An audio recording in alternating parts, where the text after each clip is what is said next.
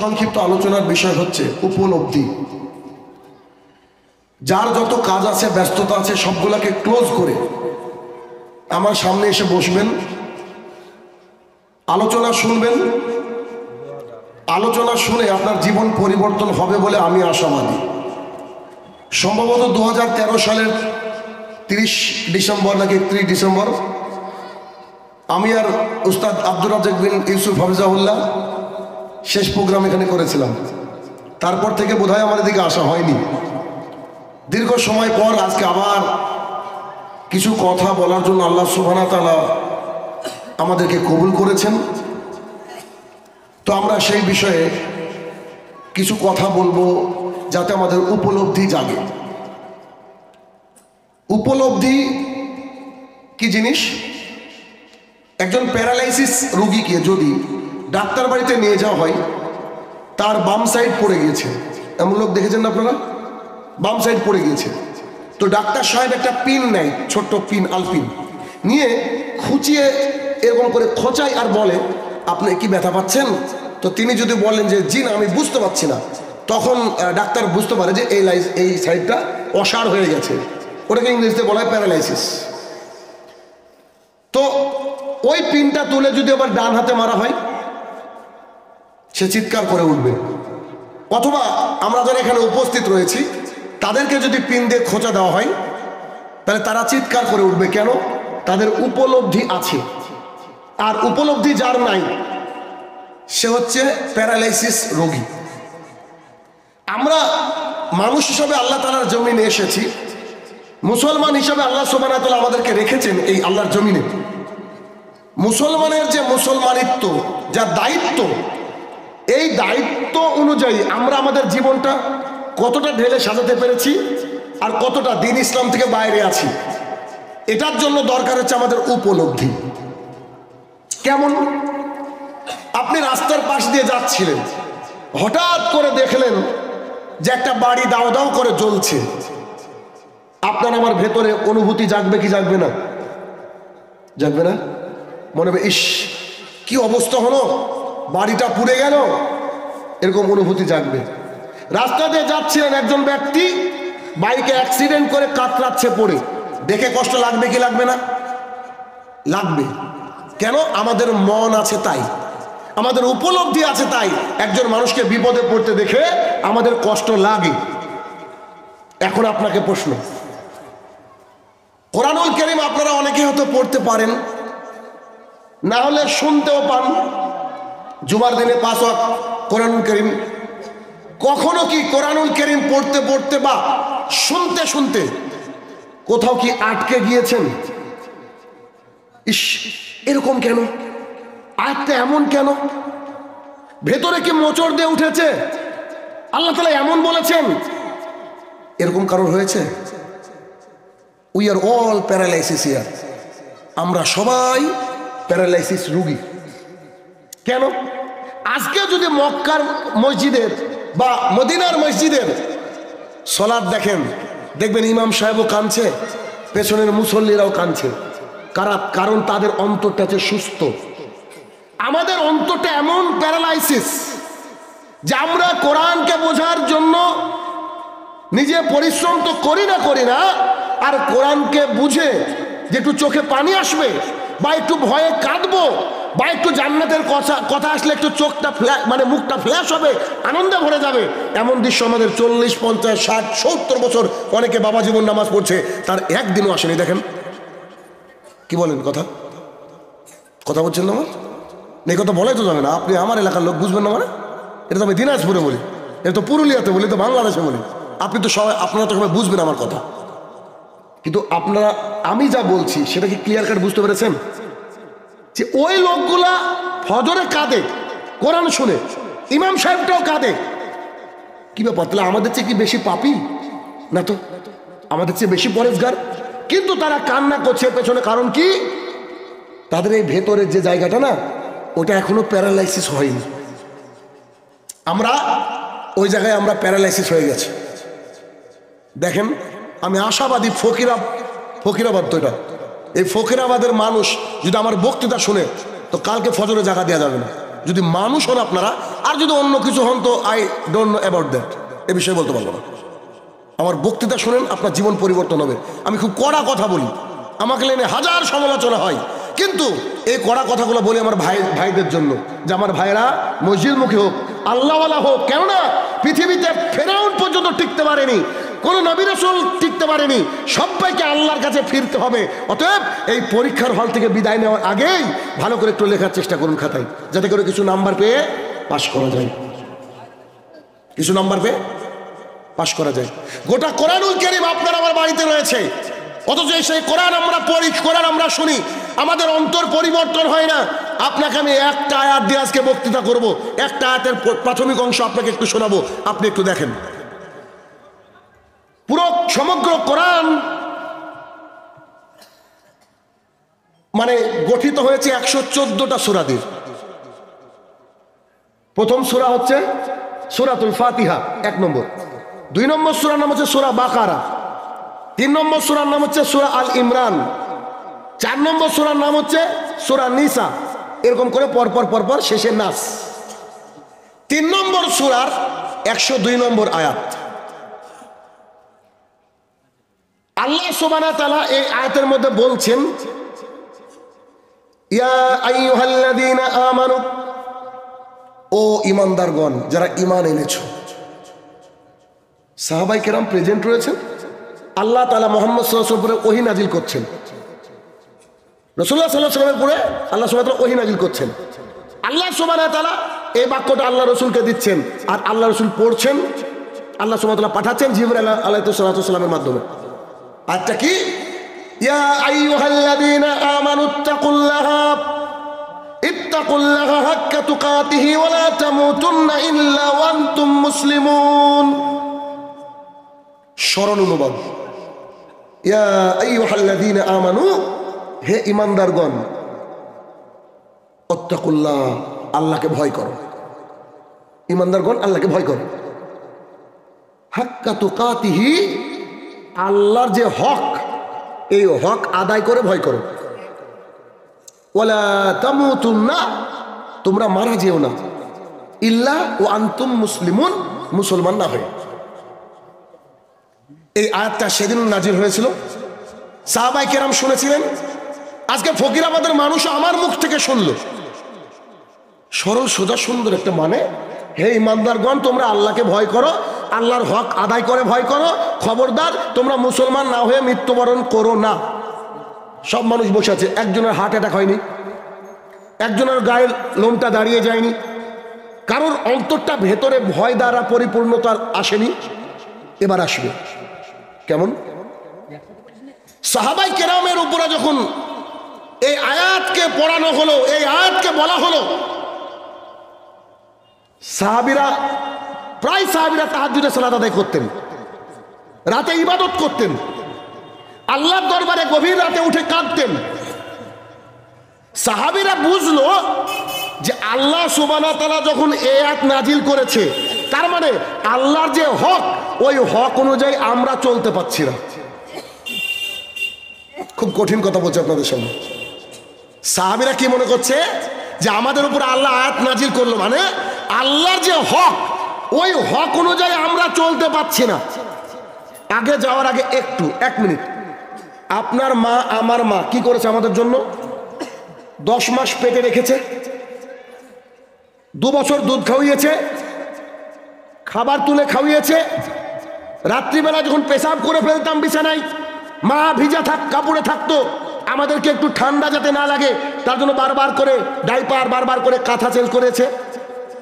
এই মাকে যদি আমরা উফ শব্দটুকু করি, এই মায়ের সাথে যদি খারাপ আচরণ করি, আমাদের জান্নাত হবে না। আমার মা আমার জন্য কি করেছে? যা বললাম এতটুকু। আল্লাহ সুবহানাহু ওয়া তাআলা বলছেন তোমাদের বাবা অথবা মা অথবা উভয়ে অথবা উভয়ের একজন যদি বয়স্ক হয়ে যায়, খবরদার তাদের সামনে উফ এই শব্দটুকু করো না। আমি পারবো না, কি বলছেন আপনি? এ কথা বলা যাবে না।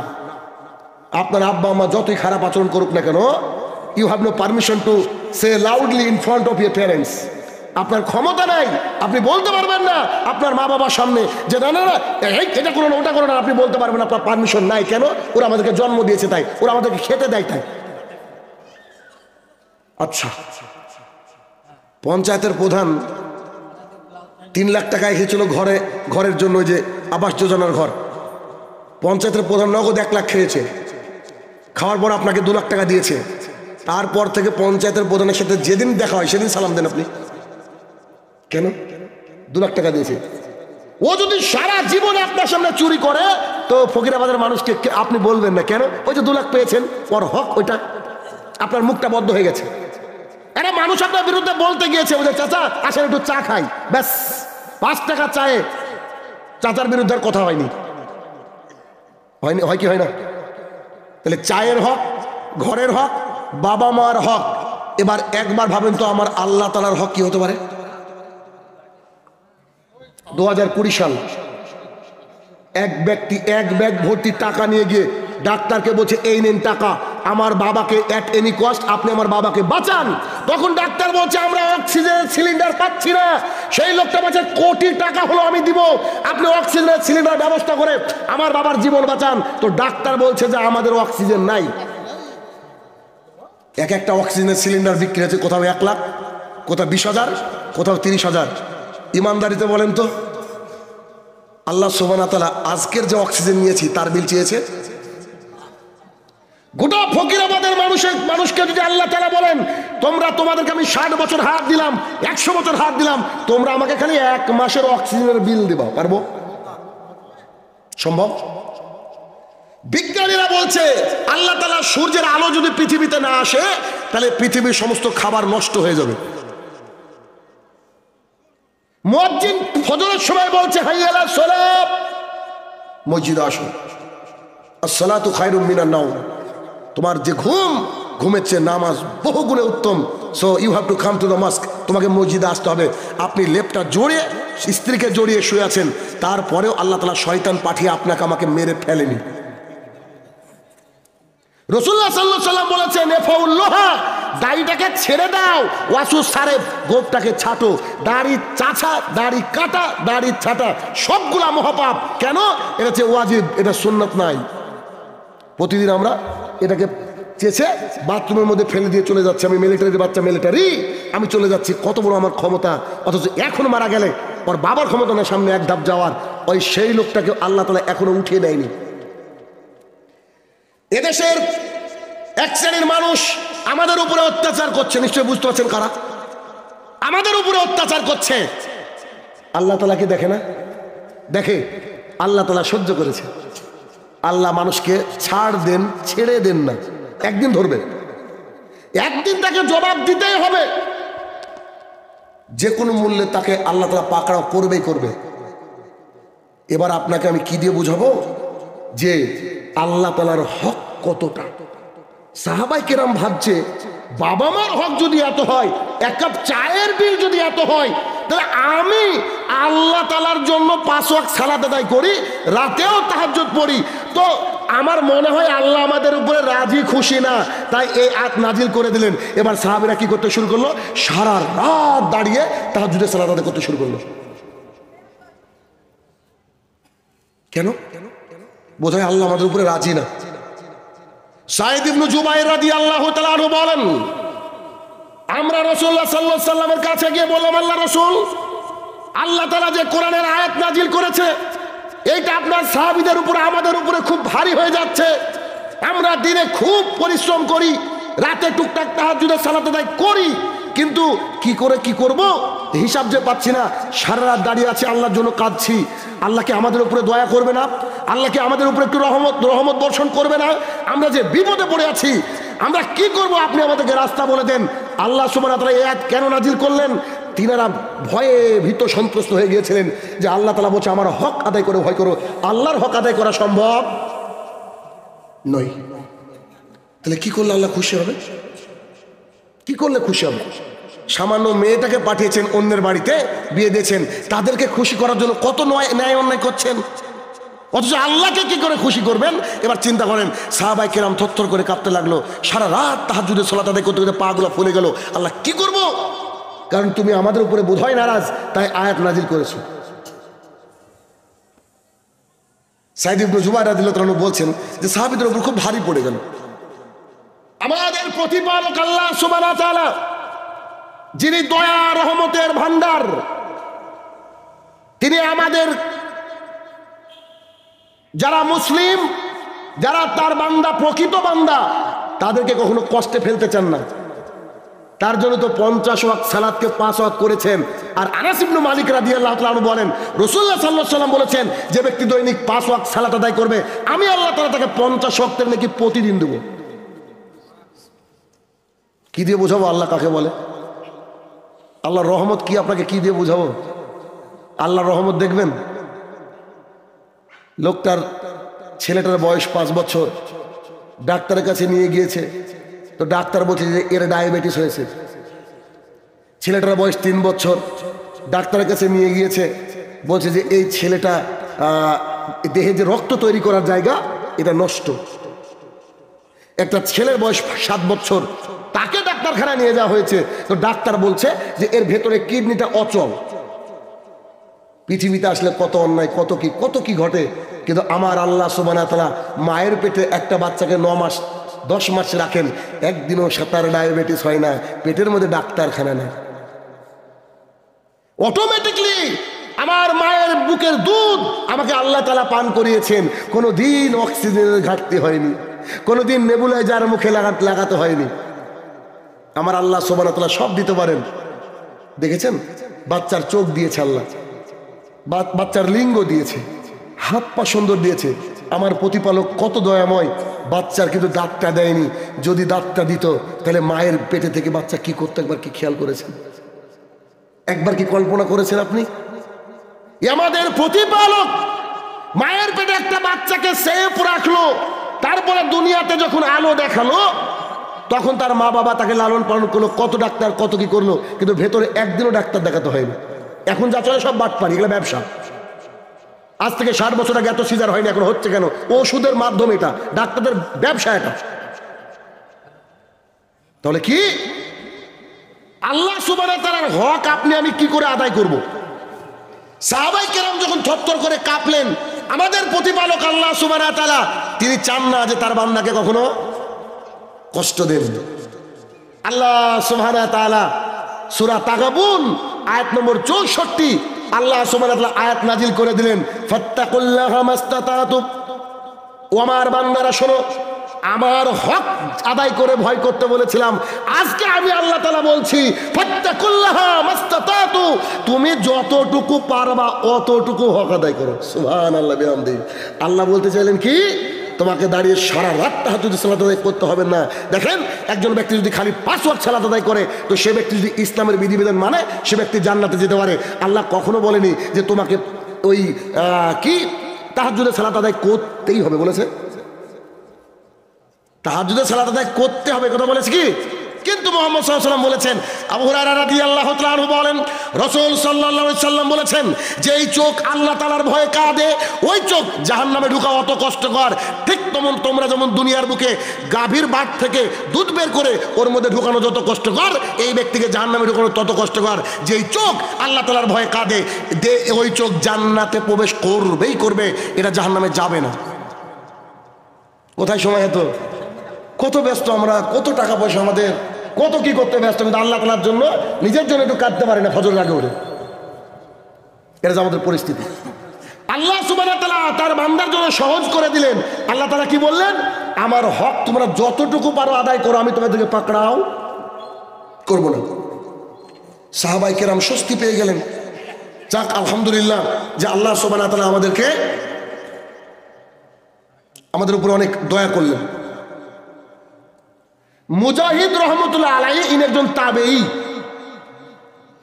আব্দুল্লাহ ইবনে আব্বাস রাদিয়াল্লাহু তাআলা আনহুর ছাত্র মুজাহিদ। কি হলো ভাই, ওই দিক দিতে হবে। মুজাহিদ রহমতুল্লাহ আলাইহি আব্দুল্লাহ ইবনে আব্বাস রাদিয়াল্লাহু তাআলা আনহু ওনার শিক্ষক। তো তিনি বর্ণনা করছেন আব্দুল্লাহ ইবনে আব্বাস, মানে আব্বাস রাদিয়াল্লাহু তাআলা বেটা। আব্দুল্লাহ ইবনে আব্বাস রাদিয়াল্লাহু তাআলা মসজিদুল নববী মসজিদুল হারাম মানে যেখানে হজ করতে যায়, কালো ঘরওয়ালা মসজিদ, মসজিদুল হারামের মধ্যে বয়স হয়ে গেছে, লাঠি ধরে বসে আছেন, লোকজন তোয়াফ করছে। তো তিনি মানুষকে নসিহত করছেন। তিনি বলছেন, মোহাম্মদ সাল্লাল্লাহু আলাইহি ওয়াসাল্লাম মানুষকে নসিহত করছেন। আর যিনি বর্ণনা করছেন ওনার নাম হচ্ছে মুজাহিদ রহমতুল্লাহ আলাইহি। তিনি বলছেন যে রাসূলুল্লাহ সাল্লাল্লাহু আলাইহি ওয়াসাল্লাম আমাদের সামনে আসলেন, আল্লাহ রাসূল সাল্লাল্লাহু আলাইহি ওয়াসাল্লাম কি করলেন, আমাদের সামনে আসলেন। আসার পরে তিনি কোরআনের এই আয়াতটা তেলাওয়াত করলেন। কোনটা? ইয়া আইয়ুহাল্লাযীনা আমানুত্তাকুল্লাহা হাক্কা তুকাতিহি ওয়া লা তামুতুন্না ইল্লা ওয়া আনতুম মুসলিমুন। কত ইজি আয়াত আমাদের জন্য। তিনি বলছেন যে রাসূলুল্লাহ সাল্লাল্লাহু আলাইহি ওয়াসাল্লাম আসলেন আর তেলাওয়াত করলেন। তেলাওয়াত করার পরে তিনি বললেন, শোনো দুনিয়াবাসী, আল্লাহ সুবহানাহু ওয়া তাআলা জাহান্নামকে প্রস্তুত করে রেখেছেন। ওই জাহান্নামের মধ্যে জাহান্নামীদের একটা খাবার রয়েছে, যে খাবারের নাম হচ্ছে জাক্কুম, শয়তানের মাথার মতো দেখতে। যে খাবারের নাম কি? জাক্কুম। খাবারের নাম জাক্কুম। রাসূলুল্লাহ সাল্লাল্লাহু আলাইহি ওয়াসাল্লাম বলছেন, ওই জাক্কুমের যদি একটা ফোঁটা, ওয়ান ড্রপ অফ জাক্কুম, একটা ফোঁটা যদি আল্লাহর জমিনে পড়তো, জাহান্নামীদের খাবারের নাম কি? জাক্কুম। পৃথিবীতে কত বিষ আছে, কত অ্যাসিড আছে, কত খারাপ কিছু আছে, কিন্তু রাসূলুল্লাহ সাল্লাল্লাহু আলাইহি ওয়াসাল্লাম বলছেন জাক্কুমের যদি একটা ফোঁটা পৃথিবীর বুকে পড়তো, তো পৃথিবী তার কোথাও ফসল হতো না। এ ভাষা আমি বুঝতে পারিনি, আপনি বোঝার চেষ্টা করেন তো। ধরে নেন গোটা পৃথিবীর মধ্যে সেন্টার জায়গা আছে সৌদি আরব। সৌদি আরবের বুকে যদি এক ফোঁটা জাক্কুম পড়তো, ফকিরাবাদে ধান হতো না, ফকিরাবাদে গম হতো না। জাক্কুম কত ভয়াবহ, কত কঠিন একটা জিনিস। তাই তো আল্লাহ সুবহানাহু ওয়া তাআলা বলেছেন, জাক্কুম এমন একটা জাহান্নামীদের খাবার যা গলদক্ষ করবে, গলার নিচে নামবেও না, আবার বেরাবেও না। এই কথা যদি আপনার মনে থাকে, বলেন আপনি ফজরে ঘুমিয়ে থাকবেন কি করে? যদি পশু না হন আপনি, যদি আল্লাহ তাআলা আপনার পাঁচটা এখনো ঠিক রাখে, প্যারালাইসিস না হয়ে যান, তাহলে আপনি ঘুমিয়ে থাকবেন কি করে? তা আমার হিসাবে ধরে না। উপলব্ধি, সাহাবায়ে কেরামের উপলব্ধি ছিল, কিন্তু আমাদের কোনো উপলব্ধি আছে? আমাদের উপলব্ধি নাই, আমাদের উপলব্ধি নাই। বুরাইদা রাদিয়াল্লাহু তাআলা আনহু বলেন, রাসূল সাল্লাল্লাহু আলাইহি সাল্লাম বলেছেন, আমাদের আর তাদের মাঝে চুক্তি হচ্ছে সালাত। আমাদের আর তাদের মাঝে চুক্তি হচ্ছে সালাত। তাদের মানে কাফের, বেদিন, বেঈমান, আর আমাদের মানে হচ্ছে মুসলমান। তার মানে বোঝা যাচ্ছে, যে ব্যক্তি 5 ওয়াক্ত সালাত আদায় করবে এ মুসলমান, আর যে ব্যক্তি সালাতকে ত্যাগ করবে, সালাতকে ধার ধারবে না সালাতের, সেই ব্যক্তি কাফের। আমি বলছি না, বলছেন মুহাম্মদ সাল্লাল্লাহু আলাইহি সাল্লাম। কারণ চুক্তি হচ্ছে সালাত আমাদের মাঝে, আর তাদের মাঝে চুক্তি কি? সালাত।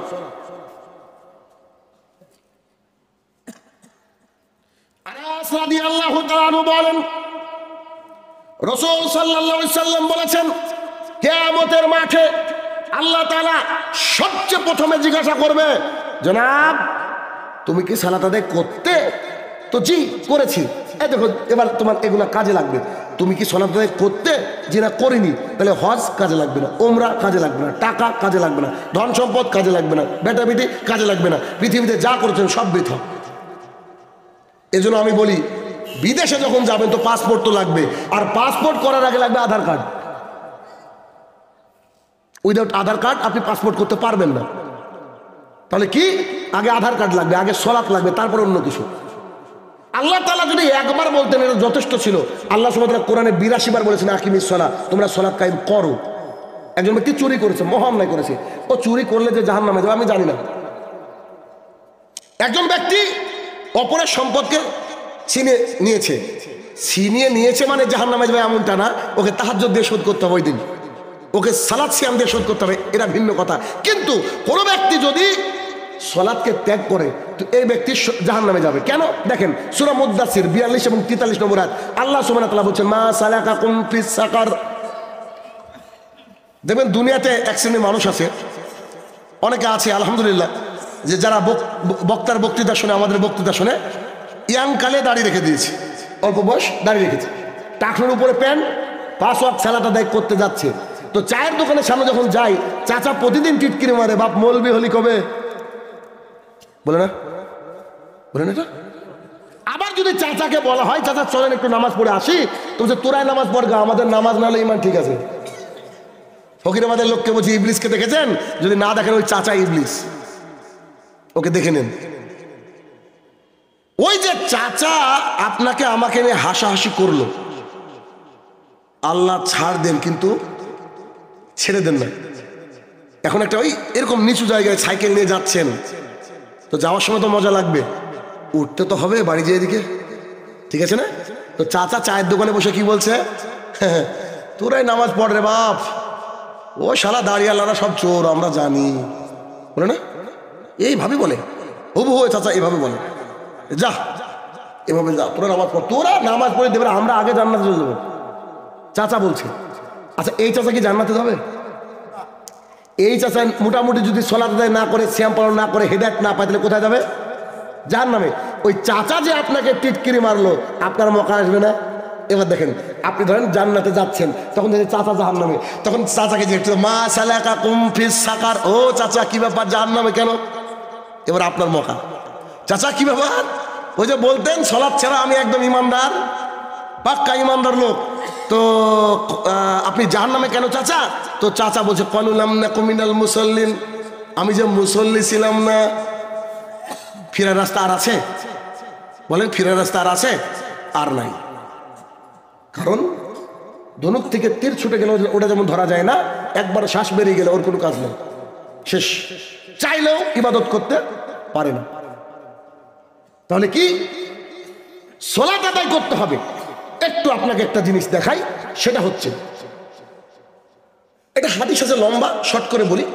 উমর ইবনুল খাত্তাব রাদিয়াল্লাহু তাআলা আনহু বলেন, রাসূলুল্লাহ সাল্লাল্লাহু আলাইহি ওয়াসাল্লাম বলেছেন, মুয়াজ্জিন যা বলে তোমরা তাই বলো। মুয়াজ্জিন কি বলে? আল্লাহু আকবার, আপনি বলেন আল্লাহু আকবার। মুয়াজ্জিন বলছে হাইয়া আলাস সালাহ, আপনাকে বলতে হবে লা হাওলা ওয়ালা কুওয়াতা ইল্লা বিল্লাহ। আবার মুয়াজ্জিন শেখে বলছে লা ইলাহা ইল্লাল্লাহ, আপনি বলছেন লা ইলাহা ইল্লাল্লাহ। শর্ট করলাম, মুয়াজ্জিনের বলা শেষ, দরুদে ইব্রাহিম পাঠ করো। কি পাঠ করো? সবাই আমরা জানি, দরুদে ইব্রাহিম পাঠ করো। দরুদে ইব্রাহিম শেষ, এটা বিশেষ দোয়া রয়েছে, আল্লাহুম্মা রাব্বা হাযিহি দাওয়াতি তাম্মা, এই দোয়াটা ও আত্মা এ পর্যন্ত পড়ো। আবার একবার একটু খুব মনোযোগ সহকারে, মিস হয় না জানো। এক, মুয়াজ্জিন যা বলছে তোমরাও তাই বলো। দুই, বলা শেষ, দরুদে ইব্রাহিম পড়ো। তিন, আল্লাহুম্মা রাব্বা হাযিহি দাওয়াতি তাম্মা, দোয়াটা পড়ো। এবার মুহাম্মদ সাল্লাল্লাহু আলাইহি ওয়াসাল্লাম বাক্যটাকে ভালো করে শুনেন। রাসূল সাল্লাল্লাহু আলাইহি ওয়াসাল্লাম বলছে ওকে জান্নাতে নিয়ে যাওয়া আমার জিম্মেদারি। সুবহানাল্লাহ, বাড়িতে গিয়ে বলবেন। কথা বুঝতে পারেননি? কেউ যদি খালি এই কাজটা করে, জি শানুর রহমান সাহেব এই কাজে কি ওযু লাগবে? জি না। কোনো রেডি হওয়া লাগবে? জি না। চায়ের দোকানে বসেই দেন, রাস্তায় চলতে গিয়েই দেন, মাছ ধরতে ধরতে নদীতে দেন, যখন আজান শুনবেন তখন দিবেন, শুধু নেকি আর নেকি। আল্লাহ চায় যে আমার বান্দারা জান্নাতে ঢুকুক, আমরা চাই না, আমরা চাই না। দেখেন না, সিগারেটে গায়ে লেখা থাকে টোবাকো কজেস ক্যান্সার, এটা খাবি তো ক্যান্সার হবে, তারপরে মানুষ খায়। মানুষ তো জেনে বুঝে ক্যান্সারকে আপ্যায়ন করে। তো এই যে দোয়াটা, এই দোয়াটা পড়লে আল্লাহ রসুল বলছে আমার জিম্মেদারি কি করে জান্নাতে নিয়ে যেতে বেটা আমি দেখবো, তোর টেনশন যে তুই খালি পড়। এটুকু আমাদের হয় না, তাই না? এটুকু হয় না। কিন্তু আমি এই কথা আপনাকে বলছি না, হাদিসটার বেনিফিট আছে তাই বলে দিলাম, কিন্তু আমার কথা ভিন্ন জায়গায়। একটু খেয়াল করেন তো, একটু, এক মিনিট। মুয়াজ্জিন বলছে আল্লাহু আকবার, আমরা কি বলছি? আল্লাহু আকবার। আল্লাহ সবচেয়ে বড়, আল্লাহ সবচেয়ে বড়। আশহাদু আল্লা ইলাহা ইল্লাল্লাহ, আশহাদু আল্লা ইলাহা ইল্লাল্লাহ, আমরা সাক্ষ্য দিচ্ছি আল্লাহ ছাড়া কোনো মাবুদ নেই। আশহাদু আন্না মুহাম্মাদুর রাসূলুল্লাহ, মুহাম্মদ সাল্লাল্লাহু আলাইহি ওয়াসাল্লাম আল্লাহর প্রেরিত বান্দা এবং রাসূল, সাক্ষী দিচ্ছি না? মুয়াজ্জিন যা বলছে তাই বলছি, মুয়াজ্জিন যা বলছে তাই বলছি। এবার মুয়াজ্জিন বলছে হাইয়া আলাস সালাত। হাইয়া আলাস সালাত মানে কি? মসজিদে আসো। এটা আমার চিন্তাধারা, একটু চিন্তা করে দেখেন তো। মুয়াজ্জিন যা বললো আমরা তাই বললাম তো। এখন মুয়াজ্জিন আমাদেরকে কি করছে? ডাকছে। এখন মুয়াজ্জিনের ডাকার উত্তরে যদি আল্লাহ তাআলা, আল্লাহ রসুল আমাদেরকে শিখাতেন, আচ্ছা ওকে আসছি, এটাই আরবিতে যদি শিখাতেন, ধরেন কথা বুঝেননি, আচ্ছা আসছি আমরা, যেহেতু আল্লাহ ডাকলো, যদি এইটা আমাদের উপরে নাজিল হয়ে যেত আমরা কত বড় বিপদে পড়ে যেতাম। কেমন? ধরেন আপনার পরে হাঁটুটা ভেঙে গিয়েছে, আপনি বাড়ির থেকে বেরোতে পারছেন না, কেউ আপনাকে ধরে নিয়ে যাওয়ার মতো নাই, কিন্তু ওই মুহূর্তে মুয়াজ্জিন বলছে হাইয়া আলাস সালাহ, আপনি বলছেন আসছি, তাহলে কি আল্লাহর সাথে বেঈমানি হতো কিনা? হতো। আমার আল্লাহ তাআলার সুবহানাল্লাহ, আমি মানে কি দিয়ে বোঝাবো গো আপনাকে, কথা কি বুঝছেন আমার? আল্লাহ সুবহানাহু ওয়া তাআলা মুহাম্মদ সাল্লাল্লাহু আলাইহি ওয়াসাল্লামকে দিয়ে বললেন তুমি আমার মানুষকে বলে দাও, তারা বলবে লা হাওলা ওয়ালা কুওয়াতা ইল্লা বিল্লাহ, আল্লাহ গো আমার কোনো শক্তি নাই, তুমি যদি শক্তি দাও তবে যাব। সুবহানাল্লাহ। তার মানে যে লোকটা প্যারালাইসিস হয়ে পড়ে আছে ওই লোকটা বিপদে পড়ে যেত, আল্লাহ তাআলা যদি বলতো যে তুমি মসজিদে আসো, আর উত্তর যদি এমন থাকতো ঠিক আছে আসছি, কিন্তু কি বলছো লা হাওলা ওয়ালা কুওয়াতা ইল্লা বিল্লাহ, আল্লাহ তুমি তো দেখছো আমি প্যারালাইসিস, তুমি যদি ক্ষমতা না দাও আমি যেতে পারবো না। সুবহানাল্লাহ, বুঝাতে পারছি কথা আমি? আল্লাহ সুবহানাহু ওয়া তাআলা কত মহান, আপনারও আমার উপরে কোনো চাপই দেননি, আমরা আমার জন্য দোষ না হয় তাই আল্লাহ তাআলা কি শিখিয়েছে, তুমি বলো আমার দোষ দিয়ে বলো, আমার কথা বলো, আল্লাহ তুমি যদি ক্ষমতা দাও তারপরে তো যাব, তুমি ক্ষমতা না দেন কি করে যাবো আল্লাহ? সুবহানাল্লাহ। তারপরে মুয়াজ্জিন বলছে হাইয়া আলাল ফালাহ, তুমি তোমার সাকসেসের দিকে কামিয়াবির দিকে আসো, তখনও বলছি আল্লাহ গো আমাদের ক্ষমতা নাই, লা হাওলা ওয়ালা কুওয়াতা ইল্লা বিল্লাহ, তুমি যদি আমাদেরকে ক্ষমতা দাও তবে আমাদের কিছু অ্যাকাউন্টে জুটবে, তুমি যদি না দাও কিচ্ছু হবে না। যদি বলতো যে মসজিদে আসলেই অ্যাকাউন্ট পরিপূর্ণ হয়ে যায়, তা আমাদের দেশের যারা এমন সমাজের লোক আছে যারা কবরে সেজদা করে, এমন সমাজের লোক আছে যারা বিদাত দিয়ে সলাৎ শুরু করে বিদাত দিয়ে সলাৎ শেষ করে, তাহলে ওদের তো কোনো কাজ নাই, তাহলে ওকে তো আল্লাহ নেকি দিত, আল্লাহ নেকি দিবে না, ও বলছে যে আল্লাহ তুমি যদি নেকি দাও তবে আসবে। এবার ও গিয়ে আল্লাহু আকবার বলে জায়নামাজে দাঁড়িয়ে জায়নামাজের দোয়া পড়ছে। জায়নামাজের দোয়া বলে পৃথিবীতে কিছু আছে কি? ওটাকে বলে দোয়া সানা, আপনি ওটা পরে পড়েন, যেখানে সানা পড়েন সেখানে পড়েন। আমরা বলছি জায়নামাজের দোয়া, যদি জায়নামাজ না থাকে, কথা বলছেন, রসুলের জামানায় মাটিতে সেজদা করেছেন আল্লাহ রাসূল সাল্লাল্লাহু আলাইহি ওয়াসাল্লাম, জায়নামাজ নাই, তো জায়নামাজ না থাকলে কি জায়নামাজের দোয়া হবে না? আসলে দেখেন, যা বানাবেন তা হাস্যকর, যা বানাবেন তা হাস্যকর, আর যদি না বানান, দেখেন মুহাম্মদ সাল্লাল্লাহু আলাইহি ওয়াসাল্লাম যা বলেছে হুবহু গোটা পৃথিবীর সব জায়গায় কি, গোটা পৃথিবীর সব জায়গায় মিলে যাবে। আপনি বাংলা ছাড়া কোনো ভাষা জানেন না, গোটা পৃথিবীর যেখানে যাবেন আজান শুনতে যদি চিনতে অসুবিধা হবে। তাই এক লোক কত বড় পাগল আছে জানি না, কেউ মজা করেছে নাকি গল্প বলেছে, এক লোক সৌদি আরবে গিয়েছে, সৌদি আরবে গিয়ে সব আরবি ভাষা বলে, এ তো কিছুই বুঝে না, যে আজান হচ্ছে বুঝে ও সবগুলো আরবি আর আজানটা বাংলায়। ও শুনে শুনে এমন অভ্যস্ত হয়ে গেছে বলছে বাংলা, আসলে কি আরবি বাংলা, এই আজান কি বাংলা? বাংলা না, ও শুনে শুনে বুঝে বুঝি কিরে সবই তো আরবি তো কথা বলে, আবার মসজিদে আজানটা আমাদের মতোই দেয়, আসলে আজান তো আজানই কিন্তু আরবি, কিন্তু আমরা শুনে শুনে আমাদের অভ্যস্ত হয়ে গেছে। বলছিলাম যে আল্লাহ সুবহানাহু ওয়া তাআলা যদি আপনাকে আমাকে ক্ষমতা না দেন আমরা যেতে পারবো না। এখন যদি আপনি বলেন যে আল্লাহ তাআলা আমাকে ক্ষমতা দেয় না তাই নামাজ পড়িনি, আসলে নাই, এমন মানুষ আছে আল্লাহ সুবহানাহু ওয়া তাআলা আমাকে ক্ষমতা দেয় না তাই নামাজ পড়িনি, আল্লাহ যেদিন ক্ষমতা দেবে সেদিন যাবো মসজিদে, আসলে নাই। অনেক নাস্তিকরা কিন্তু এই কথা বলে, অনেক নাস্তিক। তাই একজন ব্যক্তি বলছে যে শোনো, তোমরা শুধু আল্লাহ আল্লাহ করো, 1 মিনিট আমার প্রশ্নের উত্তর দিতে পারলে নামাজ পড়বো। এক লোক থাকে না শয়তান কিছু, ও নামাজ পড়বে না, কিছু বুঝে না, বলেন তো বিসমিল্লাহর অর্থ কি, মানে বাউল, আলিফের অর্থ কি তা বলবে, ওর 14 গোষ্ঠী কেউ মসজিদে যায় না, অথচ ও এরকম করে আজে বাজে কথা বলবে। আবার বলো যে বিসমিল্লাহতে কি ছিল বলেন দেখি, বলে কি বলেন এরকম, বাউলটাও তো আছে আশপাশে, তো আপনারা তো জানেন এগুলা। তো এক নাস্তিক প্রতিদিন খালি ইমামকে ডিস্টার্ব করে, তো বলছে যে আপনি যদি আমার 3টে প্রশ্নের উত্তর দিতে পারেন আমি সেদিন থেকে পাক্কা মুসল্লি হয়ে যাবো, নামাজ পড়বো। তো কি, তো বলেন। বলছে এক নম্বর, সে কি বলছে, মানুষ আর জিন এই দুটোকে আল্লাহ জাহান্নামে দিবে আর জান্নাতে দিবে? মৌলভী সাহেব বলছে জি দিবে, যদি ভালো কাজ করে জান্নাতে আর খারাপ কাজ করলে জাহান্নামে। তখন ওই নাস্তিক বলছে আচ্ছা, মানুষ মাটির তৈরি, মানুষ মাটির তৈরি আর জিন আগুনের তৈরি, তো আগুনের তৈরি জিনিস যদি আগুনের মধ্যে ঢুকে তাহলে তো আর শাস্তি হবে না? কি যুক্তি?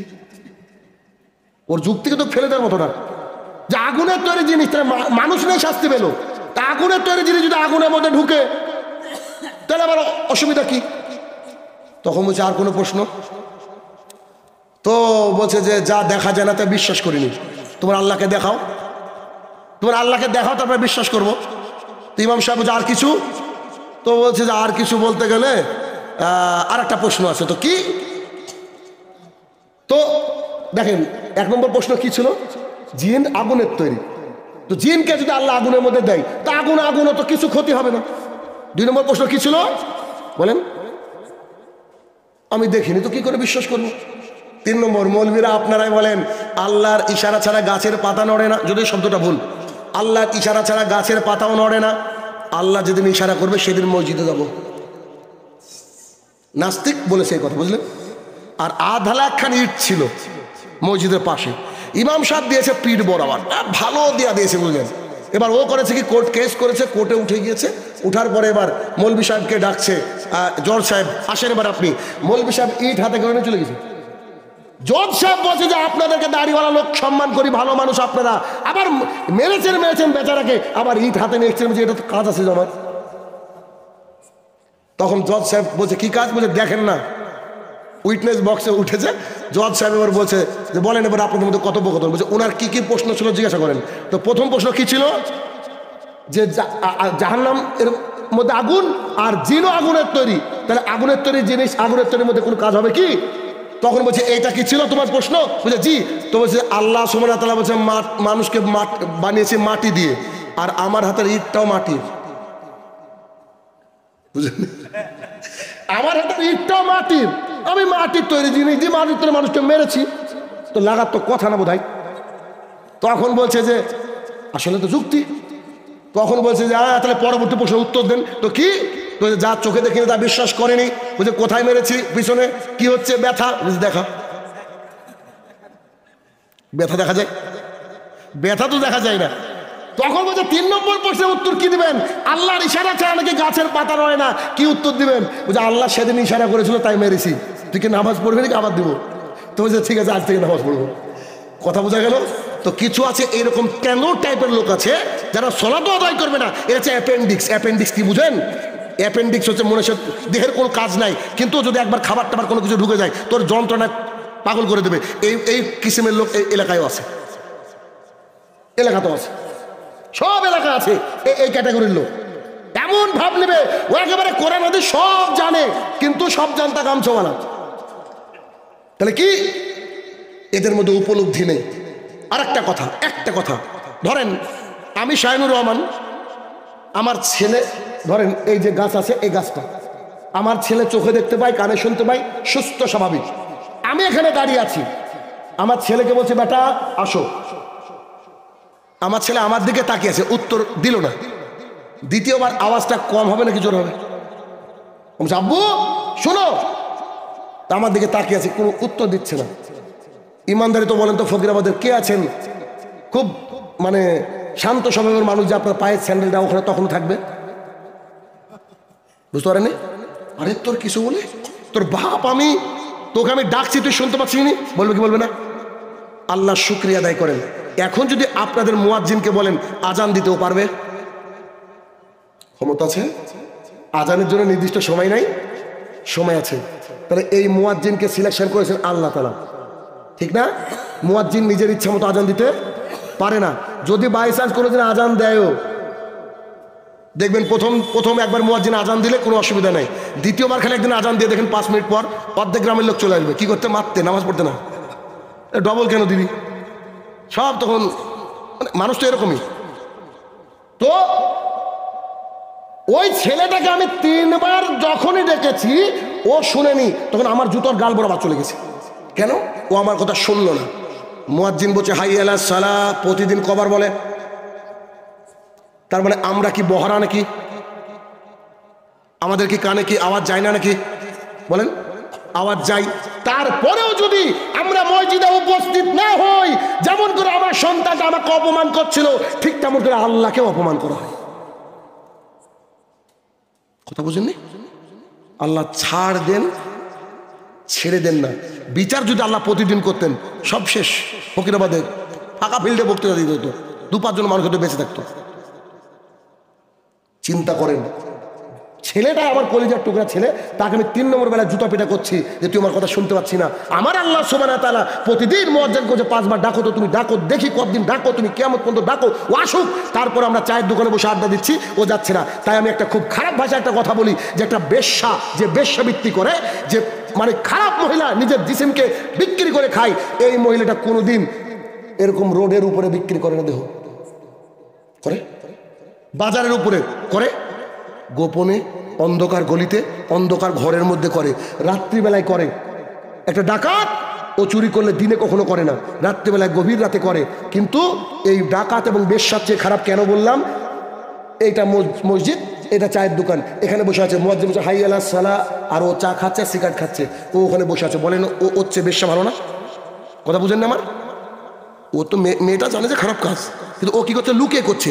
আর সরাসরি আল্লাহ সুবহানাহু ওয়া তাআলার নাফরমানি বাক্য শুনে, আচ্ছা ও মসজিদে যাচ্ছে না আর মুয়াজ্জিন ডাকছে, তার মানে কি হচ্ছে? তুই না যাবো না নামাজ পড়তে, এই তো হচ্ছে নাকি? হিসাবটা এই হচ্ছে। তাহলে একবার কল্পনা করেন যে আল্লাহ সুবহানাহু ওয়া তাআলা কি বলেছেন যে তোমাকে আসতে হবে, মসজিদে আসতে হবে। আর তুমি যদি মসজিদে আসো, এই কথা আল্লাহ সুবহানাহু ওয়া তাআলা 82 বার বলেছেন যে তোমরা সালাত আদায় করো। আল্লাহ তাআলা 82 বার বলেছেন। পৃথিবীর বুকে সিয়াম এমন একটা ইবাদত, রোজা এমন একটা ইবাদত যে রোজার মধ্যে কোনো ফাঁকি দেওয়া যায় না। রোজা এমন একটা ইবাদত, আল্লাহ তাআলা এত বেশি খুশি হন, অন্য এত খুশি হন না। রোজাকে রাসূল সাল্লাল্লাহু আলাইহি ওয়াসাল্লাম বলেছেন এটা ঢাল, জাহান্নাম থেকে বাঁচার ঢাল। আচ্ছা বলেন তো, একটা মানুষ যদি 3 ঘন্টা কোনো খাবার না খায় আর আপনার পাশে বসে থাকে, মুখে দুর্গন্ধ বেরোয় না? 14 ঘন্টা না খেয়ে যে লোকটা আছে, মুখে দুর্গন্ধ বেরোচ্ছে, আল্লাহ তাআলা বলছে ওর মুখের গন্ধ আমার পছন্দ। কি দিয়ে বুঝাবো? রাসূলুল্লাহ সাল্লাল্লাহু আলাইহি ওয়াসাল্লাম বলছেন যারা সায়েম, যারা রোজাদার, ওদের খুশি হচ্ছে 2টা। 1, যখন সে ইফতার করে। 2, যখন আমার হাত থেকে পুরস্কার নেবে। সুবহানাল্লাহ, আল্লাহ তাআলা তাকে পুরস্কৃত করবেন। রোজা এমন একটা ইবাদত যা আল্লাহকে সবচেয়ে খুশি করার মাধ্যম। কেন? নামাজ পড়ছি, একটু কাজ আছে, তাড়াতাড়িও করতে পারি, কিন্তু রোজা বমি হয়ে গেছে 2 বার, তো ওই অবস্থায় কিচ্ছু করার নেই, কিচ্ছু করার নেই। তার মানে আপনাদেরকে আমি বোঝাতে চাইছি এইটা দিয়ে যে একজন মানুষ বয়স্ক হয়ে গেছে, এমন একটা রোগ, ডাক্তার বলছে এটা সারবে না, কিন্তু ওই লোককে তো রোজা করতে হবে। কি করে করবে? আল্লাহ রাসূল সাল্লাল্লাহু আলাইহি ওয়াসাল্লাম তাকে বলেছে যে ভিখারি মিসকিনকে 1.5 কেজি করে চাল দাও, ফিদিয়া দাও, তুমি সারা দিন খাও, অসুবিধা নাই, রোজা তোমার। রোজার বদল চলে। তোমার কোটিপতি হয়েছো, শেষ বয়সে 5, 10, 20 লাখ টাকার মালিক হয়েছো, তোমার হজ করার ইচ্ছা আছে, কিন্তু যেতে পারছো না, হাঁটতে পারছো না, খুব অসুস্থ। একজন ব্যক্তি যে হজ করেছে তাকে 3 লাখ টাকা দাও, ও যদি হজ করে, তোমার পাসপোর্ট না থাকলে হজের নাকি তোমার। সালাতের ব্যাপারে রাসূল সাল্লাল্লাহু আলাইহি ওয়াসাল্লাম বলে দাঁড়িয়ে সালাত আদায় করো, পারি না। বসে সালাত আদায় করো, পারি না। শুয়ে সালাত আদায় করো, পারি না। প্যারালাইসিস, ইশারার মাধ্যমে সালাত আদায় করতে হবে, ইশারার মাধ্যমে। যুদ্ধের ময়দানে কোনো মানুষ যদি উপস্থিত হয়ে থাকে, তখনও যদি সালাতের ওয়াক্ত হয়, তাকেও সালাত আদায় করতে হবে। সালাত আদায় করতে হবে, ওযু করে, পানি নাই, মাটি দিয়ে তায়াম্মুম করতে হবে, মাটিও নাই, প্যান্টে পেশাব পায়খানা করে ফেলেছি, you have to pray in that right time, তবুও তোকে সালাত আদায় করতে হবে। সালাতের ব্যাপারে কোনো গাফিলতি, বলেন গাফিলতি নয়। আব্দুল্লাহ ইবনে উম্মে মাকতুম রাদিয়াল্লাহু তাআলা আনহু বলেন, 2 চোখে দেখতে পায় না, অন্ধ সাহাবী, আল্লাহ রাসূল সাল্লাল্লাহু আলাইহি ওয়াসাল্লাম বলছি যে আমি তো অন্ধ মানুষ, দেখতে পাই না, আসতে পারি না, একটু বলেন না, আমাকে বাড়িতে সালাত আদায় করার অনুমতি দেন নাই? মুহাম্মদ সাল্লাল্লাহু আলাইহি ওয়াসাল্লাম বলছে তুমি কি আজান শুনতে পাও? জি জি, আজান তো শুনতে পাই। বলছে তোকে মসজিদে আসতে হবে। যে কজন আছে আব্দুল্লাহ ইবনে উম্মে মাকতুম এই এলাকায়? অন্ধ কেউ আছে? ইন্নালিল্লাহ। আল্লাহ তাআলা সুস্থ সুন্দর চোখ দিয়েছে, সুস্থ শরীর দিয়েছে, এখন আমরা প্যারালাইসিস হইনি, কিন্তু মসজিদে যাইনি। আমাদের মসজিদে একটা মুসল্লি রিসেন্ট মাসখানিক বোধ হয়ে যাবে, মোটামুটি 1-1.5 মাস হবে। আলহামদুলিল্লাহ, আপনারা শুনে খুশি হবেন যে আমি যে মসজিদের পরিচালক, ওই মসজিদের জোহর আসরে এদিক ওদিক হয় মানুষ। কেন? গ্রামের মানুষ মুনিশ টুনিশ খাটে, ওই মাঠে যায়, বাজারে যায়, যে যেখানে পারে নামাজ পড়ে নেয়। আমি একটা সমাজকে প্রতিষ্ঠা করতে পেরেছি, দোয়া করবেন যে এই সমাজটার ফজরে 100 মুসল্লি। আমাদের লোক সংখ্যা কম, হতে পারে 12 জন, 15 জন, 20 জন, কিন্তু কোনো বাপের ব্যাটা নেই যে একদিনও সালাতকে কাজা করবে ফজরে। যদি করে, আর যদি আমি থাকি, ওর ভাগ্যে খারাপ আছে। কথা বুঝতে পারছেন না? আমি ঘোষণা করে দিয়েছি যে যে ব্যক্তি পূর্ণাঙ্গ 5 ওয়াক্ত সালাত আদায় করবে না, ও যদি মারা যায়, ওকে কুকুরের মতো পুঁতে রাখবো। কেন? উপরে থাকলে গন্ধ বাড়াবে, তাই জানাজা করবো না। 2, ওর বাড়িতে যদি কারো বিয়ে লাগে আমি শাহিনুর রহমান বিয়ে পড়াতে যাবো না। দেখি মুসল্লি বাড়ি কিনা, 100 মুসল্লি আমার মসজিদে। জলসা করে এসে ফজরে এসে দাঁড়ালাম ইমামতি করার জন্য, সালাম ফেরালাম। অনেকে বলে আমার একটু কথা নাকি খারাপ। আমি সুন্দর করে কথা বলতে পারি, কিন্তু বলবো না। কেন? কারণ সোজা আঙুলে ঘি উঠে না, সবাই জানে। আমি আপনাকে ভালোবাসি, আপনাকে কষ্ট না দেওয়া পর্যন্ত আপনি দাঁড়িয়ে রাখবেন না, আমি জানি না। আপনাকে কষ্ট না দেওয়া পর্যন্ত আপনি ফজরে উঠবেন না, জানি। তবে তো কি, আমি এসে সালাত আদায় করলাম, সালাত আদায় করে সালাম ফিরে দেখছি একজন ব্যক্তি না, তার মানে ও কি মরে গেছে? প্রথম কথা। আমার এক ভাগ্নে বলছে, কি বলছো মামা, মরে গেছে মানে? আমি এর আগে একদিন দেখিনি, আজকেও দেখলাম না। তো বলছে খুব কাজ, খুব কাজ। আমি বললাম যে জানাজার দিনও আমার কাজ থাকবে রে বাপ, বুঝতে পারেনি? জানাজার দিনও আমার কাজ থাকবে। তো ওই লোক হচ্ছে আমাদের পাড়ায় কাজের মেশিন নামে পরিচিত, দিন রাত খাটে, বিশ্বাস করেন। কিন্তু ওই খাটার দাম আছে কি? আধার কার্ডই তো নাই। মোদি বলবো যে তুই তো পাশে দেখে যাই, এখন তো আবার হাসিনাও নাই, নিবে না, চরম বিপদ। হঠাৎ করে আমি শুয়ে আছি, এই মানে প্রোগ্রাম করে এসে আমার স্ত্রী আমাকে বলছে যে জানো, লোকটার নামটা নাইনি, কারণ এসব রেকর্ড হয়তো শুনবে, এমনও বুঝে নিবে যদি দেখে। হঠাৎ করে এত সুস্থ মানুষ প্যারালাইসিস, এক সাইড পড়ে গেছে, এক সাইড পড়ে গেছে। কিছুদিন আগের ঘটনা। আমার স্ত্রী আমাকে বলছে একটু দেখতে যেতাম। আমি কবে দেখতে যাবো? মানে প্রতিদিন প্রোগ্রাম, প্রতিদিন, মানে এপ্রিলের 17 তারিখ পর্যন্ত বুকিং মোটামুটি আমার, বুঝতে পারছেন? প্রতিদিন প্রোগ্রাম। আমাকে বলছে একটু ফল টুল কিছু নিয়ে আসো, ওদের বাড়িতে দেখতে। একটা বেলায় সেদিনও প্রোগ্রাম ছিল, আমি আসলাম, আমি তার বাড়িতে ঢুকলাম। কোনোদিন তার বাড়িতে ঢুকিনি আমি, না আমি সাধারণত বাড়ির থেকে বেরাই না যদি থাকি, কারণ বাড়ির থেকে বেরোলে পাপ, কিছু করার নাই ভাই। তো আমি যখন তার বাড়িতে ঢোকার সময় সালাম দিলাম, আমাকে দেখে সে ফেটে কেঁদে ফেললো, হাত ই করতে পারছে না। উঠলাম, আমাকে কাছে ডাকলাম, আমি গেলাম, নিজেরও খারাপ লাগছে। মনে হচ্ছিল যে বলি যে কাজ করেন এবার, মানে ভেতরটা বলছে। মানুষ তো বুঝে না, মানুষ কি বলবো বলেন? আজকে আপনি আমি সুস্থ আছি বলেন তো, কালকে কি সুস্থ থাকবো? কোনো গ্যারান্টি আছে বলেন তো? হ্যাঁ, সুস্থ তো দূরের কথা, আমি শাহিনুর রহমান কালকে হরিহর পড়ায় প্রোগ্রাম আছে, কালকে যে দূরের কথা, আজকে বাড়ি পৌঁছাতে পারবো কোনো গ্যারান্টি আছে? আমি 4 দিন 5 দিন পরে এসেছি মালদা থেকে, দিনাজপুর থেকে আজকে এসেছি। আমার মেয়ে এসে প্রথম কথা সালাম দেওয়ার পর, আব্বু কালকে জালসা আছে, আজকে জালসা আছে। আমি আজকে বর্তমাবাদ আছে, খুব তাড়াতাড়ি চলে আসবো, টেনশন নেই, তুমি সব আর আমি আসছি। মানে বাচ্চা তো কষ্ট ভাই, আব্বু বাইরে থাকলে। এবার ওই মালদা দিনাজপুর প্রায় যেতে হয়, এই জন্য মাঝে মাঝে 2-3 দিন করে প্রোগ্রাম করতে হয়। তো আমার ওই কলিজার টুকরা একদিন 2 দিন না দেখলে ওদের খারাপ লাগে, কিন্তু আমার আল্লাহ তাআলার কি খারাপ লাগে না? আমার আল্লাহ তাআলার মুয়াজ্জিন যখন বারবার করে ডাকে, আমার আল্লাহ তাআলা খারাপ লাগে না গো? নিশ্চিত লাগে। যদি আপনার আমার উপলব্ধি থাকে, তো আজ থেকে আমাদের ফজরের সালাত মিস হবে না, বলেন ইনশাআল্লাহ। আল্লাহর জমিনে যত পাপ আছে সবগুলো করছেন আপনি, আপনাকে নিষেধ করবো করতে, তবে তারপরেও হবে আপনার মাধ্যমে। কিন্তু বিশ্বাস করেন, সালাত আদায় করেন, সালাত আদায় করেন, পাপও করছেন, সালাত আদায় করছেন, কিন্তু পাপ করছেন আর সালাত আদায় করছেন, সব জমছে জমছে জমছে। কিন্তু পাপ করছেন আবার সালাত আদায় করছেন, পাপ করছেন আবার সালাত আদায় করছেন, কি হবে? পাপও এদিকেও সমান সমান, জান্নাতে যাওয়া যাবে, শেষে জান্নাতে যাওয়া যাবে, বুঝেননি? শেষে অন্তত জান্নাতে যাওয়া যাবে। চেষ্টা করেন 5 ওয়াক্ত সালাত আদায় করার চেষ্টা করেন, একেবারে সর্বান্তকরণের চেষ্টা করেন। যদি চেষ্টা করতে পারেন, ইনশাআল্লাহ দেখবেন আমাদের জীবন সুন্দর হবে। আবু হুরায়রা রাদিয়াল্লাহু তাআলা আনহু বলেন, রাসূলুল্লাহ সাল্লাল্লাহু আলাইহি ওয়াসাল্লাম বলেছেন, সাহাবীরা, তোমাদের বাড়ির সামনে যদি একটা নদী থাকে, চলমান নদী, তাতে যদি কেউ 5 বার গা ধয়, গায়ে কি ময়লা থাকবে? সাহাবায়ে কেরাম বলছে, গায়ে আবার কি করে ময়লা থাকবে? একবার গা ধুলে থাকে না, 5 বার গা ধুলে থাকে নাকি? তখন মুহাম্মদ সাল্লাল্লাহু আলাইহি ওয়াসাল্লাম বলছে, দৈনিক 5 ওয়াক্ত সালাত আদায় করো, যেমন করে গায়ে ময়লা দূর হয়ে যাবে 5 বার গোসল করলে, তেমন করে আল্লাহ তাআলার দুনিয়াতে যত পাপ করবা, ওই 5 ওয়াক্ত সালাতের মাধ্যমে সব ধুয়ে মুছে সাফ হয়ে যাবে।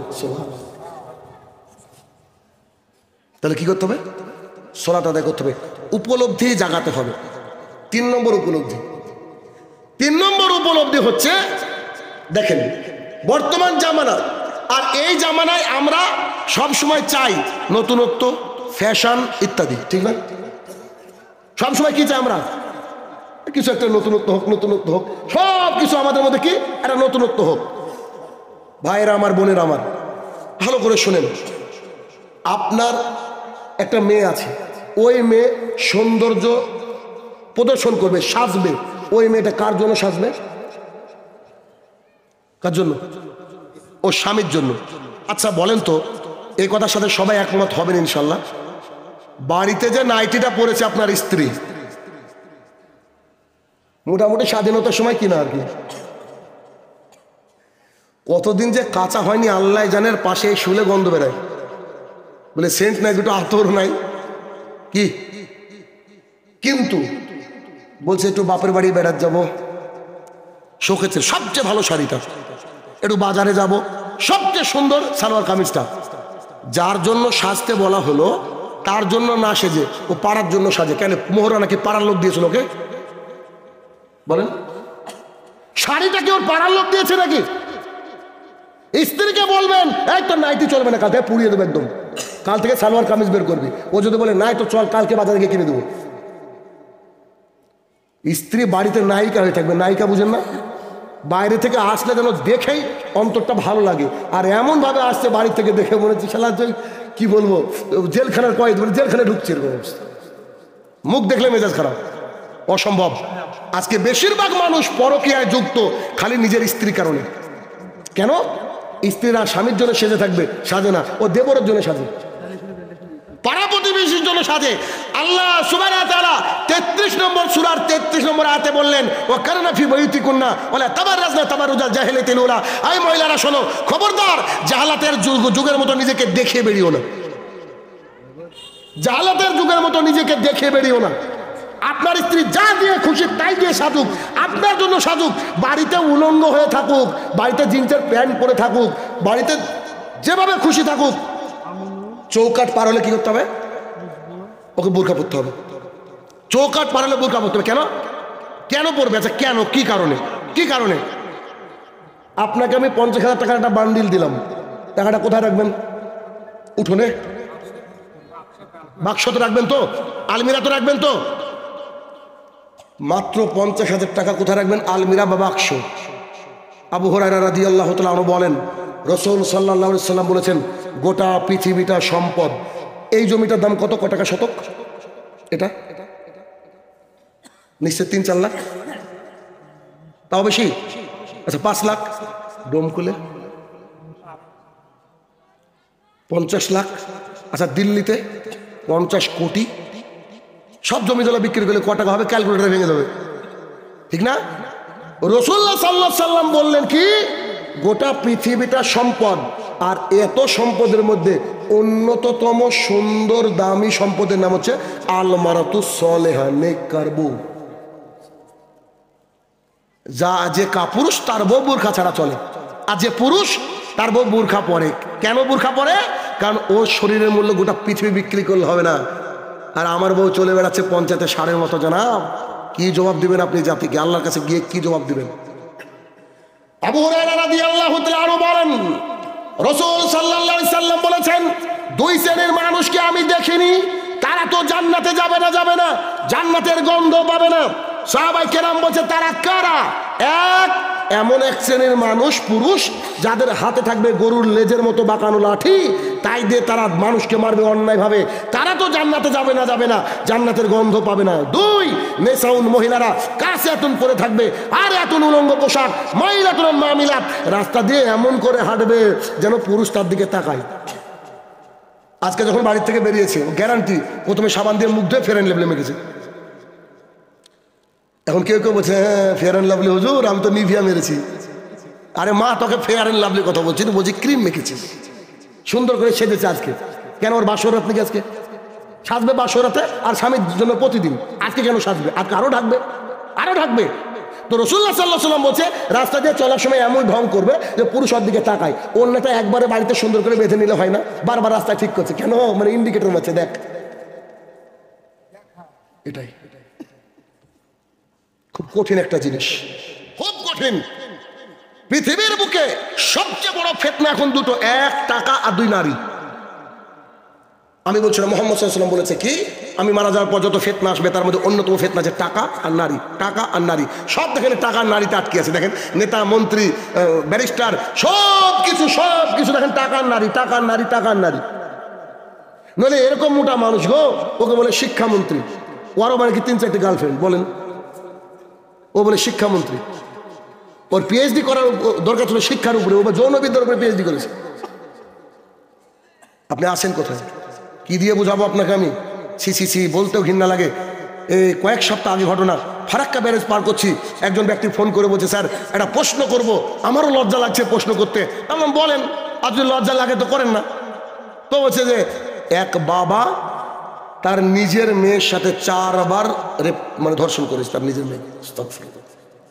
আমি বললাম, ভাই আপনি ফোন রাখেন, ফারাক্কা ব্যারেজের উপর আছি, আল্লাহ হয়তো ধসিয়ে দেবে, আমিও পড়ে যাবো তোর প্রশ্ন শুনে। আল্লাহ তাআলা যে এখনো পাথর পাঠায়নি, এটা আপনার আমার সৌভাগ্য। আল্লাহর কসম করে বলছি, গত 4 দিন আগের ঘটনা, 4 দিন আগের ঘটনা। একটা মা করেছে কি, জামাই পছন্দ করেছে নিজের বিটির জন্য। আগামী কদিন পর বিয়ে, বিটির জন্য গহনা করে রাখে তো মানুষ নাকি, দেখে না, গহনা আগে করে রাখে। তো পরের দিন সকালবেলায় উঠে বাড়িতে মাকে খুঁজে পাওয়া যাচ্ছে না। তো মেয়েটা বাবাকে বলছে, আম্মু কোথায়? তো বলছে, কেন খুঁজ, বাড়িতে খুঁজে পাওয়া যায়নি। পরে নিউজে দিচ্ছে যে মানে নিজের জামাইয়ের সাথে এখনো বিয়ে হয়নি, মেয়ের জন্য যে গহনা রেডি করেছিল, গহনাটা নিয়ে শাশুড়ি পালিয়ে গেছে। না, শাশুড়ি হয়নি, হবু শাশুড়ি, জামাইকে নিয়ে। বলেন সমাজটা কোথায় গেছে? কেন এলে কেন হচ্ছে? ওই যে অবাধ মেলামেশা। আপনার আমার বাড়িতে পর পুরুষ ঢুকতে পাবে না। জি, গ্রাম বাংলার মানুষ কোদাল দরকার হবে, ভাবি ভাই আছে? জি না, আপনার ভাই নাই? জি, ব্যাস। ভাবি কোদালটা নিতাম একটু, ছেলে থাকলে কোদাল দিয়ে দেবে, নাহলে উপর দিয়ে ছাদ দিয়ে ফেলে দেবেন। কথা বুঝেননি? বাড়িতে ঢোকার পারমিশন নাই। আর এখন কি হচ্ছে, ভাবি ভাই আছে না গো, আসে গল্প করি, শুরু যে না এবার জায়গা করে দিয়ে। বাস্তব কথা এটা, এটাই বাস্তবতা। আমার এলাকার লোক আমার দিন রাত ভুল ধরার চেষ্টা করে, ভুল ধরতে কিছু যখন পায় না, একদিন বলছে, হো শাহিনুর রহমান বাপ মাকে আলাদা করে দিয়েছে, শাহিনুর রহমানের বাড়ি আলাদা, ওর বাপের বাড়ি আলাদা।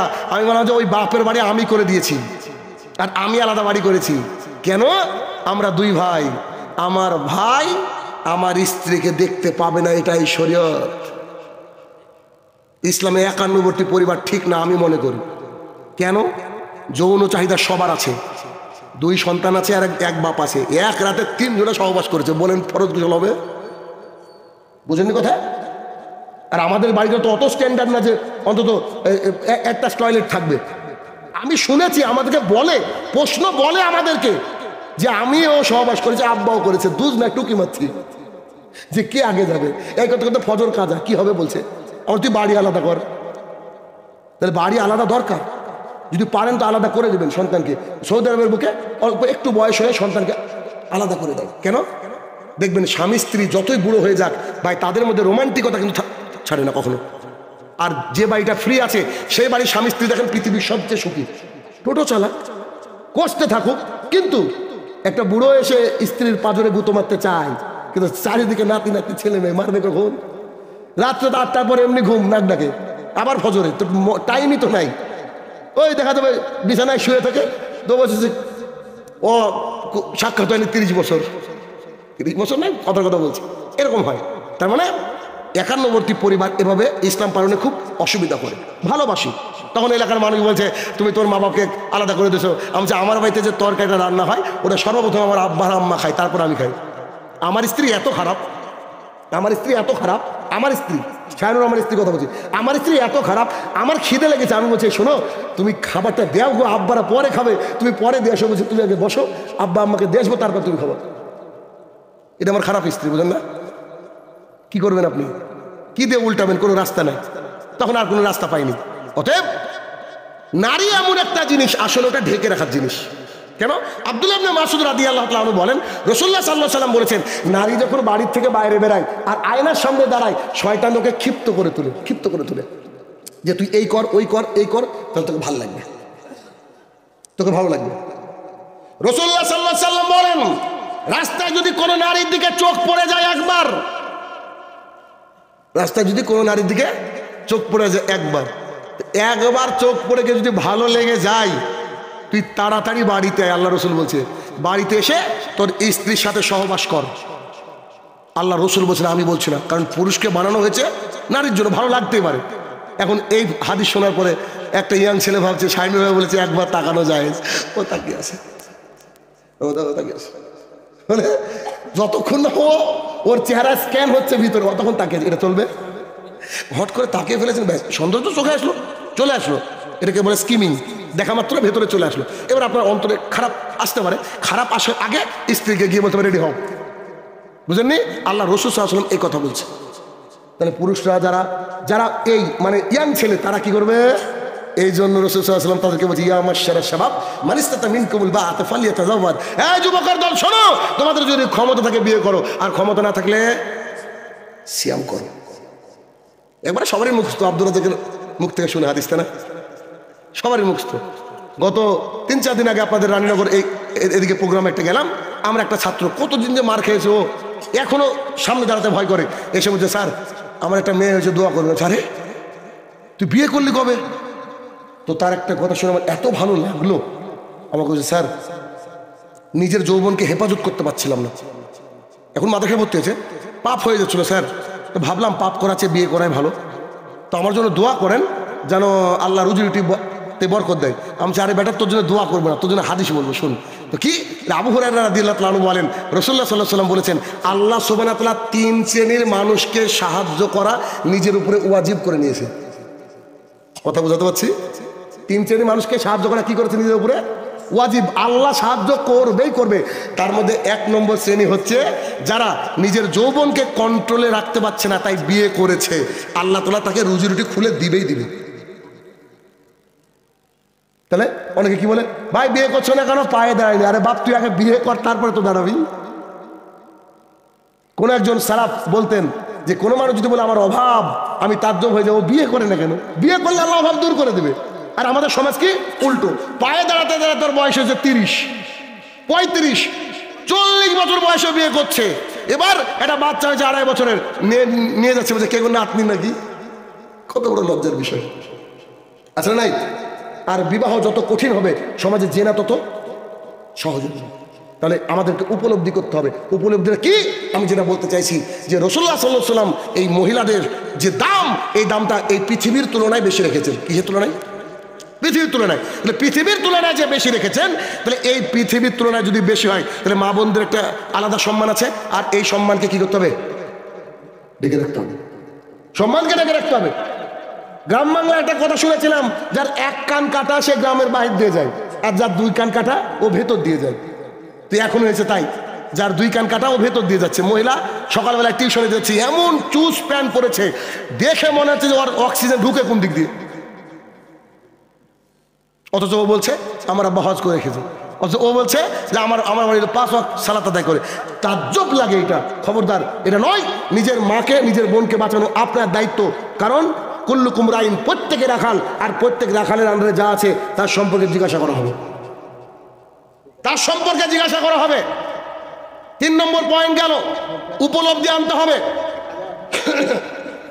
4 নম্বর পয়েন্ট, এখানে যতজন লোক উপস্থিত আছেন আপনাদেরকে যদি সবাইকে 1-1 লাখ করে টাকা দেওয়া হয়, কে কে শুয়োরের গোস্ত খাবেন? হাত তুলেন। শুয়োরের গোস্ত খাবেন কেউ? 5 লাখ দিলে 10 লাখ, 1 কোটি, গোটা পৃথিবী সবাই জানে শুয়োরের গোস্ত খাওয়া হারাম, তাই কেউ শুয়োরের গোস্ত খাবে না, এ কথা সত্য। পান বিড়ি, জর্দা, গুল, সিগারেট এগুলো হারাম। এবার যাওয়ার সময় 150 টাকা দিয়ে যান গো। ওইটাই বলতে চাইছি যে শুয়োরের গোস্তর বেলায় বলছে যে আমরা খাবো না 1 কোটি টাকা দিলে, আর যাওয়ার সময় বলবে যে কি দিয়ে যান, 1-150 হলেই হবে, 2 দিন চলবে। আউযুবিল্লাহ। শোনেন, যত পৃথিবীতে নেশাদার দ্রব্য আছে সবগুলো হারাম। পৃথিবীতে যত নেশাদার দ্রব্য আছে সমস্ত নেশাদার দ্রব্য হারাম। আর কোন ব্যক্তি যদি মদ পান করে, নেশাদার দ্রব্য পান করে, তো সে ব্যক্তির 40 দিন ইবাদত কবুল হবে না।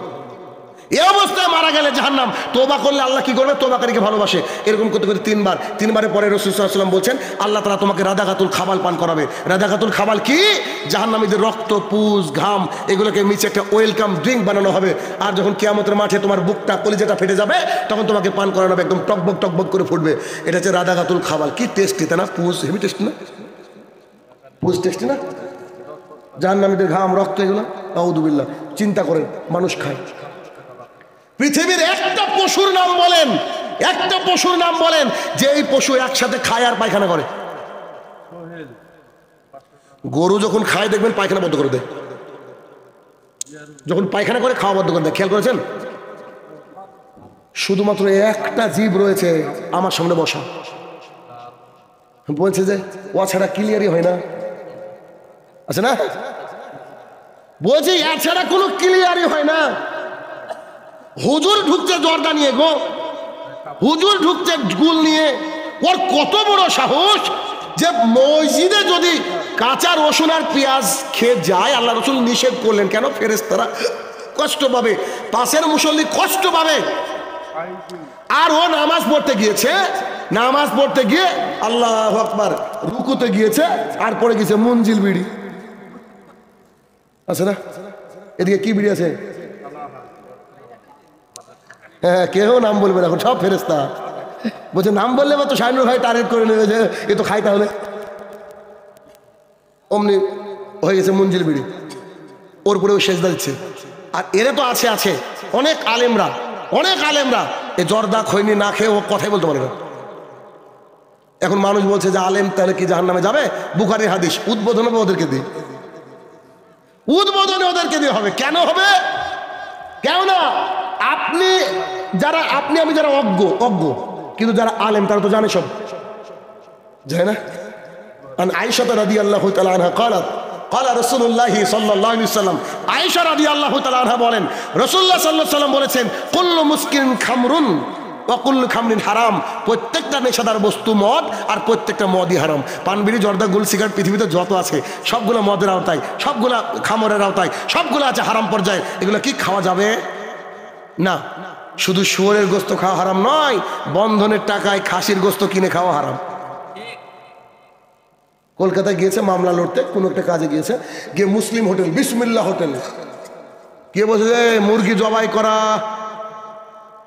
হালাল, অথচ পকেটে সুদের টাকা, পকেটে সুদের টাকা। মানুষ কত বড় দেখেন, কি আল্লাহর সাথে যে বাটপারি করে, কেমন বাটপারি দেখবেন। আমার গবেষণায় আপনি মিলাবেন, যদি কেউ হজ করতে যায়, বেশিরভাগ মানুষ হজ করতে যাওয়ার সময় ওর বাপের জমি বিক্রি করে যায়, দেখেছেন? আচ্ছা, এর শানে নজরুল জানেন? মানে এর ঘটনা এটা কেন জানেন? ও নিজেও জানে যে ও হারামখোর। ও ভাবছে 4 লাখ টাকা দিয়ে হজ করবে, এত বড় ইবাদত, যদি আমার তো টাকা ইনকাম হারাম, আমি বিড়ি বিক্রি করি, দোকানে জর্দা বিক্রি করি, আমি দাড়িতে কম দিই, আমার তো হারাম ইনকাম, তো এত বড় ইবাদতটা নষ্ট হবে। এজন্য আমার আব্বার প্রতি বিশ্বাস আছে, আব্বা যে জমিটুক দিয়েছে ওইটুকু বেচে হজ করব। কত বড় হারাম করে চিন্তা করেন, আল্লাহর সাথে বাটপারি করে, আছে না নাই?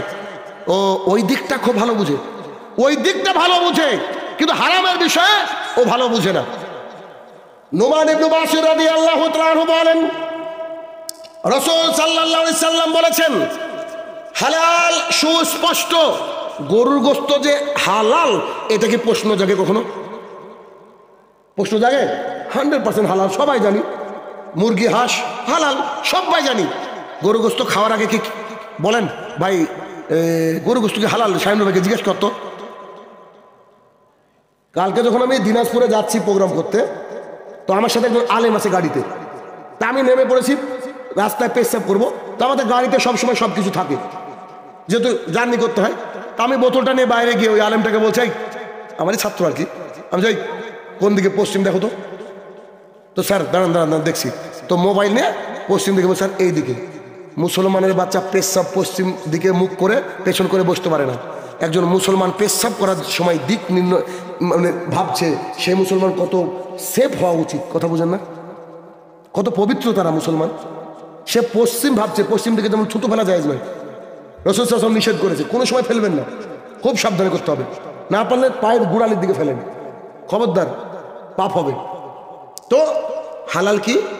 সুস্পষ্ট। গরু গোশত হালাল, হারাম সুস্পষ্ট। হাদিস কি সুন্দর দেখেন, শুয়োরের গোশত হারাম, কেউ কি হালাল বলেছে?